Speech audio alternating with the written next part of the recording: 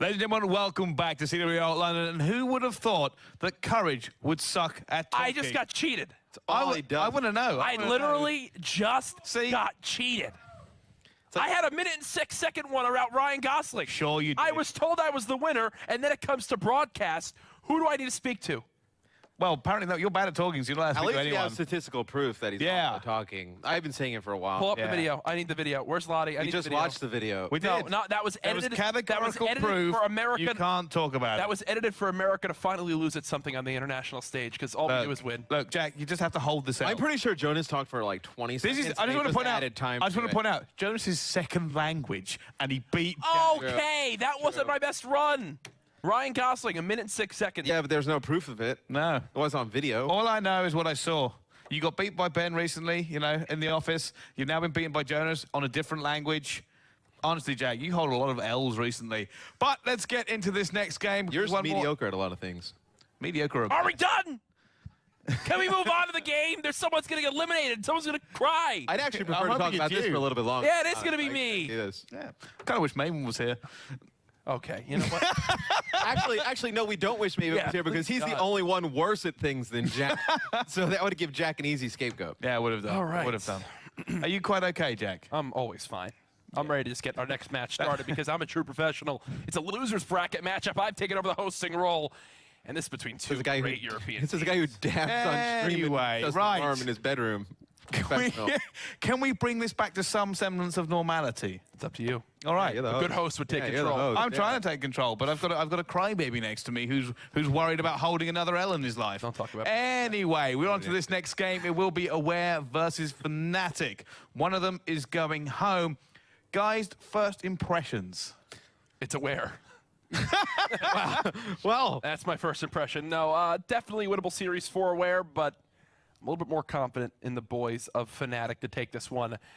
Yes, they're a newer team. Yes, they've got a lot of work on. We talked about how much they can improve in the coming events, but I have them favored in this matchup. Yeah, I think you would definitely favor Fnatic. They looked pretty good in their last series. The one thing I would be concerned with them is some younger guys getting off of a tough, close loss, going right into another series.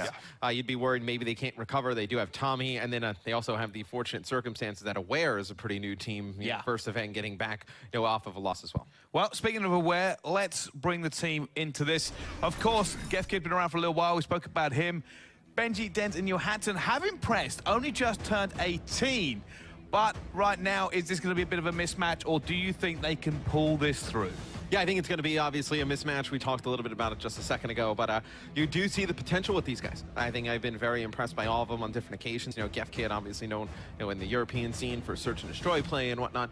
I do think this is a team that they can kind of mature as the year goes on. The issue, and I think actually it's quite interesting, it's like the difference between this team and a team like Fnatic is that Aware does not have a really experienced leader who's played at the top of Europe. Yeah, I think that may hurt them in the long run, especially when you come against top teams. Top teams can increase the tempo, they can start changing things up. It becomes harder to adapt when you don't have that experience going forward. But let's switch on to their opponents, who definitely do have a very strong in-game leader.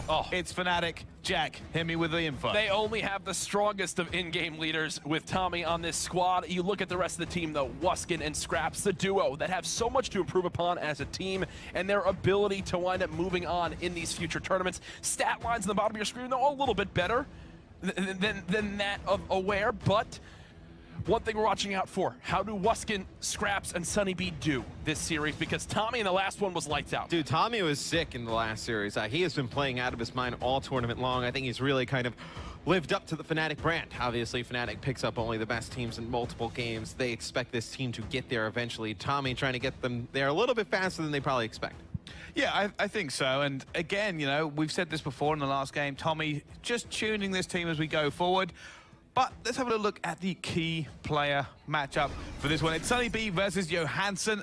And from what I understand, these players need to do a little bit better. They're not doing the best on their team. Of course, the overall stats kind of reflect that as well.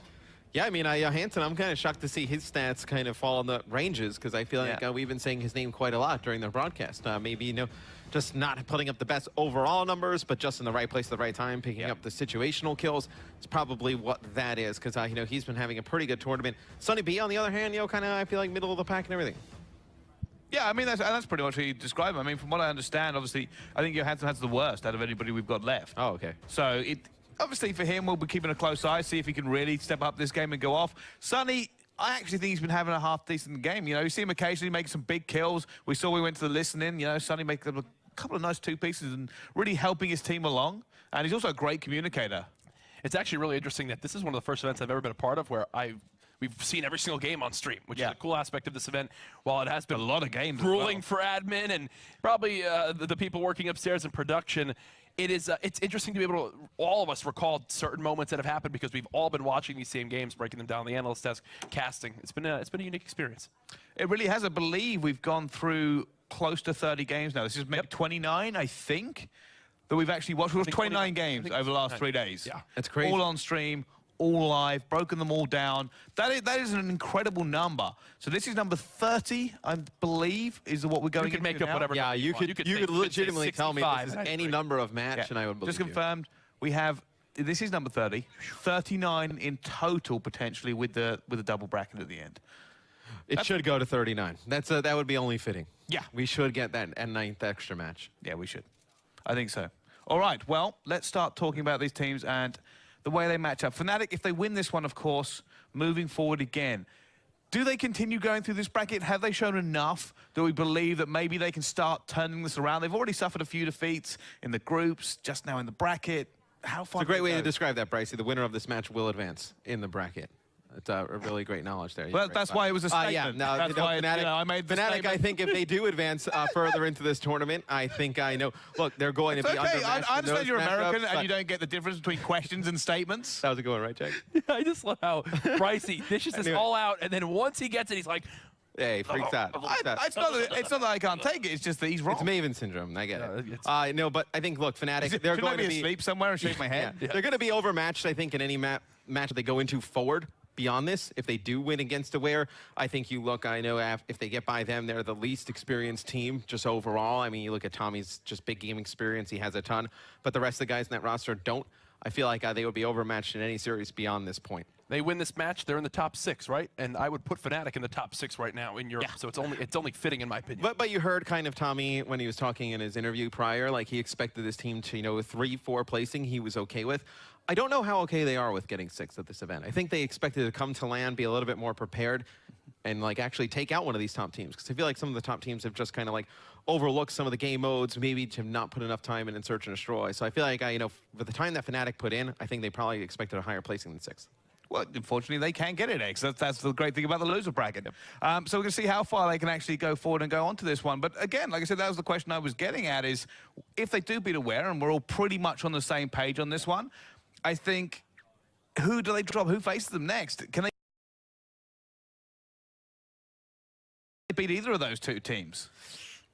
I mean, you'd be looking at the teams in the winner's side. So you're looking at somebody like an Orbit, an Elevate, I mean, maybe used 3G, maybe. I think that's who they want. But obviously that's who they would want. Yes. But even then, I feel like we're still kind of discrediting 3G, who has played pretty well up until this 3G point. is nothing to be sniffed at. Yeah, I mean, they have nothing to kind of. There's nothing from their gameplay that we've seen thus far that would make you think they would lose to Fnatic. Yeah, and I think that's something we're going to be very interested in, especially now we get to see Fnatic. But here are the match.